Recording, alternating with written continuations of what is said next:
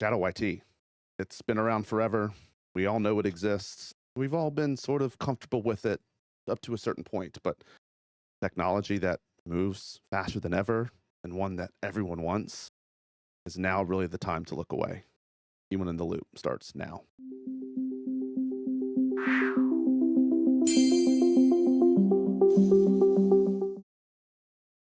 Yo, What's up, brother? what's up, man? How you doing? How's your 4th of July?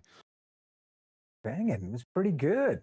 New York City, double fireworks on the Hudson and Lower Manhattan. Ooh, both Hot rivers? dogs. Yeah, this Ooh. time.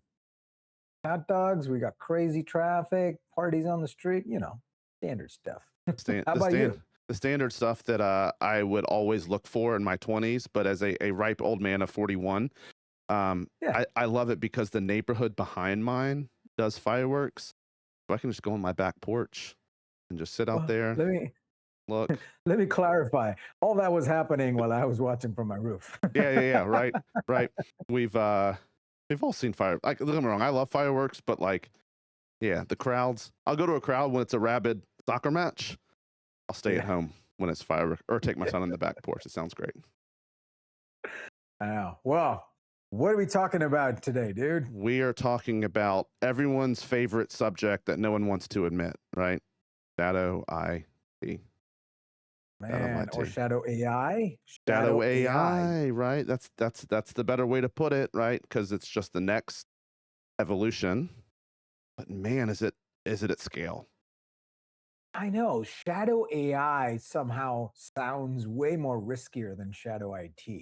Yeah. And honestly, the stakes are much higher this time around. I would go to the theaters and watch a movie called Shadow IT. Like Shadow AI though, I don't know, man. I don't know. Shadow AI. Shadow AI. Yeah, it's tricky, right? Because for all the things that we love, you and I, right, that we love about the AI industry, and anyone who is it loves it, right? It can do work for us. It can answer our questions at a rapid scale. And now we're creating agents that have a different skill set and everything, like all the ways that it accelerates what we do. Same acceleration offline. It is right. It creates risks faster. It creates the same scale that it's building that same scale of risk too. It is. And it's moving so fast, things are constantly changing, right? Behavior of models, behavior of agents, multi-agents. And as people and companies are looking to kind of implement agents at scale, and people that are not doing it with their employees just still doing it on their personal kind of subscriptions or whatnot, it's a problem. It's tricky, right? And I would wager, right? Because I feel like you and I can remember us being on calls together, right? We try to sell that. I remember trying to sell Shadow IT as a reason to use a tool like Power BI or use a tool like whatever.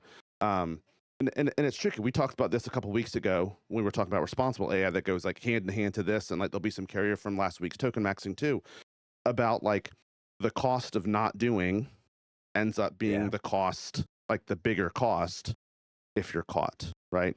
And so the if you're caught, I feel like that's always been the reason to avoid Shadow IT, right? Well, it's not an issue unless I get caught. Yeah.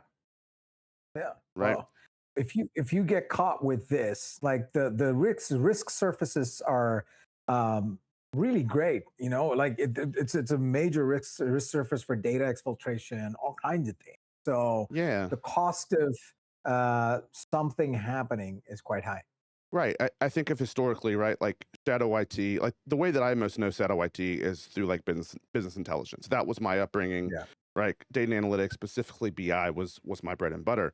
You think about what's, I don't want to say the worst case, but what's the most common worst case of doing Shadow IT in a BI is you're going to bring data away from your enterprise data source. You're going to load it up into Excel.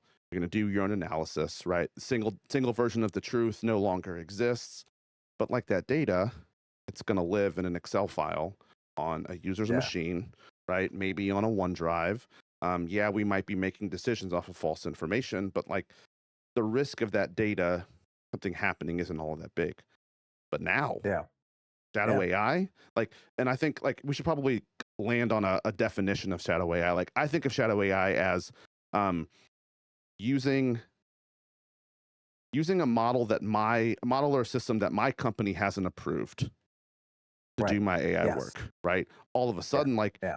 there is always a third party involved. There is immediately a third party involved, right? Yeah. From the Yeah. jump. And From the jump. And thinking about my days in a M365 when tools like OneDrive, Dropbox just came about, because before that we were all sending files to each other on email. Right. And shadow IT then was somebody using a commercial grade personal Dropbox subscription uploads a confidential document that has no data protection on it, and then they can share it They can freely. share it. Now you take that same concept here. Some employee is using their personal Perplexity or OpenAI free subscription. They upload a document which has confidential information, interact with the model with it, and they don't have the model training switch turned off. Your data is there. There's no way of getting it back. GPT-6 becomes trained on your company's Your data, data. right? Yeah, yeah. That's a Um, massive risk. and I think to a point, like, I was thinking about it of course, like shadow IT is, you just don't know what it's running. But kind of getting into shadow AI, it's not only do you not know what's running, like you have no idea like the impact of this Exactly. until you get Right. caught. Until you get caught. And even then, it's very hard to tell how far the exposure of something like this reaches. And again, like you said, GPT-6 is trained on your data now. How it's going to show up in front of your competitors, we don't know. Right. So because there's no guardrails around when somebody's using their own AI subscription.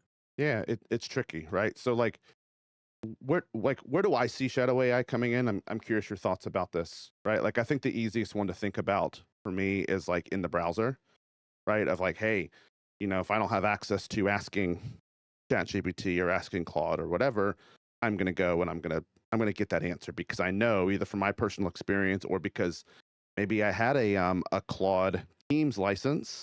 My company Yeah. recently moved to Claude Enterprise and my API limit is very low. Like, well, Yeah. I used to be able to do it this way and now I can't anymore. Like, I'm not going to go back to the way it was. So I Yeah. think it starts off with actually going to a browser. And I think that's the most common. And I Yeah. feel like that's mostly been mitigated, right? Like for the most part. But that's where I still think about it, right? If I'm talking about it, that's where I see it. But I think the other one Yeah. is kind of number 2 and 3 from here, right? Is like, in addition to doing in the browser, well, I don't want to have to, we talk about this, I don't want to have to go to a browser every time. I don't want to go prompt Right. anything. I want it to do it for me. Like, hey, if you have access to my emails, and Microsoft just branded this, right, with Scout that came out last month of like, hey, I'm going to look at your calendar. I know what you have going on today. Let me go ahead and help you plan for these meetings. That sounds great, right? But like, Yeah. what if my company hasn't turned on Scout? What if that idea has been planted into my mind and I can do that in my own system? Yeah. Sounds pretty awesome. And I want to do it. exactly. I'm running an OpenClaw on my Mac at home. I plug in my company email in there, and it all of a sudden has access to everything. A fully autonomous, always-on agent. So these kind of, the risks are fairly high. And also, if you think about it, who would actually do this? Like, what kind of a role or function Yeah. would need to interact with this kind of AI? I would think generally an executive, a leader who actually wants to use AI for their own work, and they Yeah. choose to use an agent that they own, and which just makes the data exfiltration risk greater because executives, leaders are working with confidential information. Could be strategy, could be anything. Anything, right? And like, no, I don't think anyone is. I just anyone. Uh, Very rarely, I think, in the grand scope of people who are using AI right now, want to use AI for harm. There's always going to be bad Right. actors. There's always going to be exceptions to that. But like, let's get real, man. Life is hard. Life is hard. Yeah. We don't get paid enough. We're overworked, regardless of what industry you're in. Like, so what if I had something that would make my life 10% easier? Every task Easier. that I do, Yeah. 10% easier. I could do, and what if it's more than that? What if it's Yeah. 100% easier? Like, Yeah. who doesn't want to use that? Like, Yep. who doesn't want to do that, right? And so it's that convenience factor. Like, I've said this before. Like I wonder if we are getting away from like true ROI based selling, and if we're going into like hey, if I talk to a CFO and I convince him to adopt an AI agent or an AI system because it will do things for him that he hated to do before, Yeah. he or she's going to find a way to make that money work, right? Yeah. And so like I think that's the value that AI provides. But again, like once you introduce that capability, how do you take it away, right? How do you tell people not to do that if like every part Right. of their job becomes easier? You know, Especially when the entire world is moving towards using AI to make our jobs easier. That's the whole gamut, right? correct, So you cannot compromise on that. correct. I think Yeah. I said the same line 2 weeks ago. Um, like I want to have compassion for decision makers who are chief AI officers, data officers, risk officers, CFOs, whoever's like making the financial decision about this. Um, because one, I don't know what it's like. I've never sat in their shoes, but like I know it's got to be tricky. Everyone wants AI. You just you spent a whole session a week ago talking about token maxing. Everyone's seeing it. Like AI costs are going up despite token costs going down because everyone wants it. So like how do you justify that? How do you justify giving everyone in your organization $100 a month on Claude instead of $50 a month or whatever that is? Like, how do you defend that? How do you see that Yeah. outcome? And we talked about that as well. And I think we're going to talk about it some more next week when we talk about like some of the importance of skills, but just an enterprise in general of like separating chat from coding, from agents. It's Yeah. just harder, especially like in the agentic world, personal productivity. It's hard to see like a tangible ROI when we're not Yeah. using this to build a product. So like, how does the math work? And like, I get it. Like, I don't envy Yeah. anyone having to make that decision. But like we talked Yeah. about with responsible AI, like, what is the cost of not doing it? Yeah. And really understanding putting guardrails doesn't mean restriction. Banning never works. The more you ban, the more people are going to try to figure out a way to do it Yeah, because it comes back to your point of convenience. This is making my job easier. Why are you banning me from doing this? it's human nature, right? Like I think in a way, like Um, I, I I talk a lot about like when I was a teenager and my dad sat me down, had the like drugs and alcohol conversation with me, and was just like, "Hey, Chris, like I can't stop you from doing this. I don't want you to, but if you do ever do it, call me. I don't care where you are. I'll come pick you up. We won't talk about it. You won't be in trouble." And like the first time that I drank in high school, I told my parents about it. I'm like, "Hey, I'm going to so and so's house, right? Mm. Like here's their house phone because I'm a millennial." And like I felt very empowered and like by no means am I saying it's going to work the same way, but I think as humans, I believe that we all want to do good. We all want to do good Yeah. things. We want to feel good about ourselves, right? And like for me personally, when I am trusted, I want to do good things, right? When I am not trusted and when I'm told that I can't do something, I don't like hearing that, right? And like Yeah. especially if it's in the system where it's, well, I know that if I do this thing though, that like my job's going to be easier. I'm going to have more time. I'm going to get more done. I'm going to look better, right? I'm going to be able Yeah. to whatever your motivation is, like everything for me, AI makes my life so much more Easier. productive. I can get so much done. So like to tell me I can't do that, like it's the same way of like all the friends that I had who um not better or worse, right? But like went behind their parents' back do Yeah. things, right? Because they Yeah. still wanted to do it. And so it's the idea of like, where do you empower your employees to be the best versions of themselves versus like, where do you draw that line? Because I also know companies can't just give out unlimited AI budgets these days, right? So True. like, where is Yeah. that middle ground? And I think it kind of goes into like, how can we shift from this concept of like ungoverned AI to governed AI, right? Yeah. Um, here's your thoughts there, Sash. And it's a great, so talking about sort of agent identities and governance and audit trails, these are not new concepts, right? We've Nope. had that when we moved from data centers to the cloud, there were entire frameworks that were built for data classification, for data to build audit trails and to maintain some sort of a system that actually keeps the checks and balances in place. It's the same concept taken into AI. So governed AI could mean using the same concepts you have to classify and protect your data. You make sure that you have given access to the people, your employees, the tools that they need to get their job done with guardrails in place. And agents especially become important, right? Because who owns the agent? How often is it running? What data is it touching? Who's the process owner responsible to make sure that this agent doesn't go on a crazy rogue loop and No exfiltrate doubt. data? No doubt. Yeah.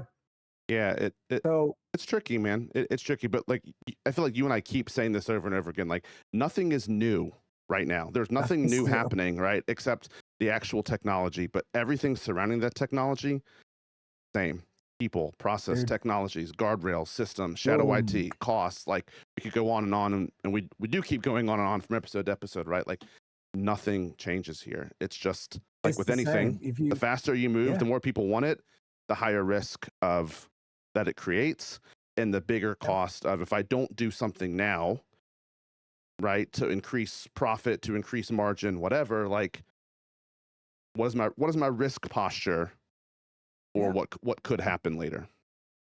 And it's the same three pillars you just mentioned. These are people, process, technology, ITIL, MSF, NIST, ISO, all these standards use these three pillars to define technology as a function in Yep. any enterprise. Same thing. It applies here as well. But just like you said, only difference this time is this technology is moving 10 times faster than we've ever seen. The stakes are higher. It's changing every week, but you can still use the same frameworks, figure out how to manage. Yeah. And I think we didn't know we're running up on time. We didn't get to talk too much. And it might be worth a session in its own, right? Of like, hey, okay, we're aware of shadow IT, yes, or shadow AI, but like how do we prevent it? Like Yeah. what is a shadow AI audit? How do we identify this?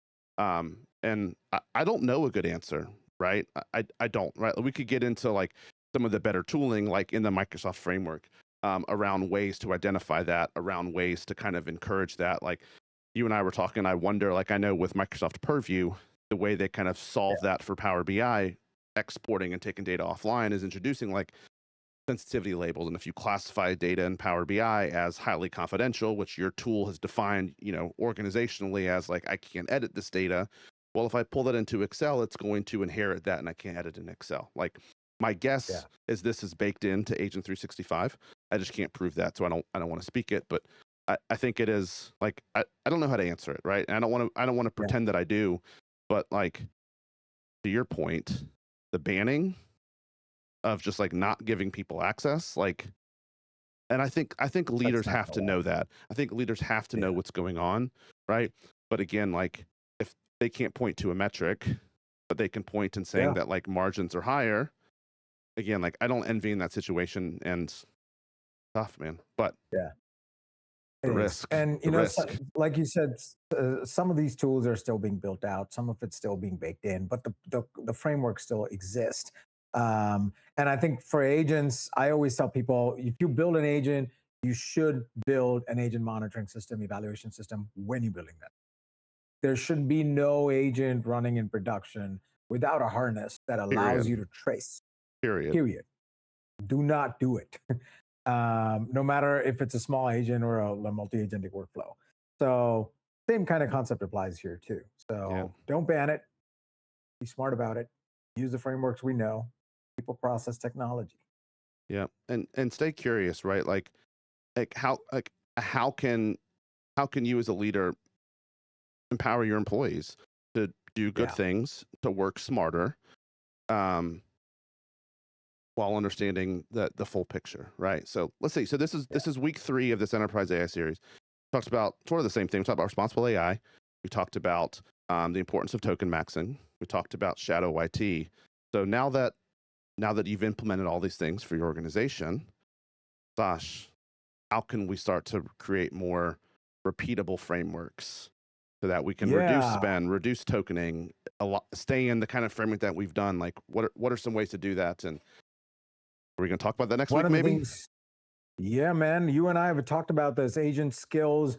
I think I have kind of become a skill maxer where Yeah, look at that term. I Love it. look at that, skill maxing. We're going to talk about skills as institutional knowledge. What that means is how do you create skills that can be used with OpenAI or Claude for your teams. So there's a lot of tacit tribal knowledge around process within teams. How can you take that and build consistently executing skills for agents of that team? And that actually helps you a lot in optimizing token cost. It Yep. makes sure that everybody in a certain function is using the same kind of skill so the agent outputs are more consistent. And we're going to talk about how to go about it. No, I love it. To me, skills is like we have determinism on one side and AI on the other. Like skills is that middle, right? How to make Yep. AI more Yep. deterministic. And what I love about what we're going to talk about next week is not just taking personal skills, but how can we deploy them out to the enterprise? How can we enforce them? Yes. Right? How can we encourage our people to that? One, cost is predictable, and so is outcome. Yep. Yes, man. Excited about this. Always a Always pleasure, a man. pleasure, brother. Always a pleasure. Have a good week. See you next You Friday. too. All right, brother.